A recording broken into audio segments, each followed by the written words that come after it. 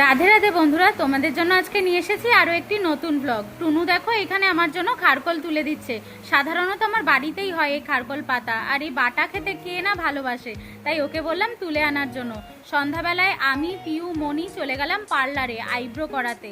এখান থেকে সোজা চলে গেছিলাম টুনুর জন্য বার্থডে গিফট কিনতে। এটা ওর বার্থডের আগের দিনের ভিডিও।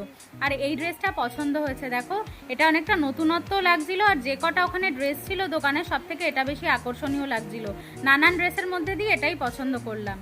তারপরে বাড়িতে এসে আমার বরের সাথে চলে গেলাম একটু হাবড়ার উদ্দেশ্যে। পুজো আসতে তো আর কিছুদিন বাকি, কিন্তু এখানে রাস্তায় এত সুন্দর সুন্দর লাইটিং দেখছি, অর্ধেক হয়ে থাকা প্যান্ডেলগুলো দেখছি, মনে হচ্ছে কালকেই পুজো। আর এখানে সৃষ্টি ওর পুজোর জামা দেখাতে নিয়ে এসেছে, জামা প্লাস জুতো। দেখো কত খুশি, আর জুতোটায় লাইটও জ্বলছে, এই দেখেও আরও খুশি হয়েছে। আমি বলেছি একদিন ওর জুতোটা পরতে দিতে হবে। আর এইখানে দেখো কি সুন্দর ড্রেসের সাথে একটা ছোট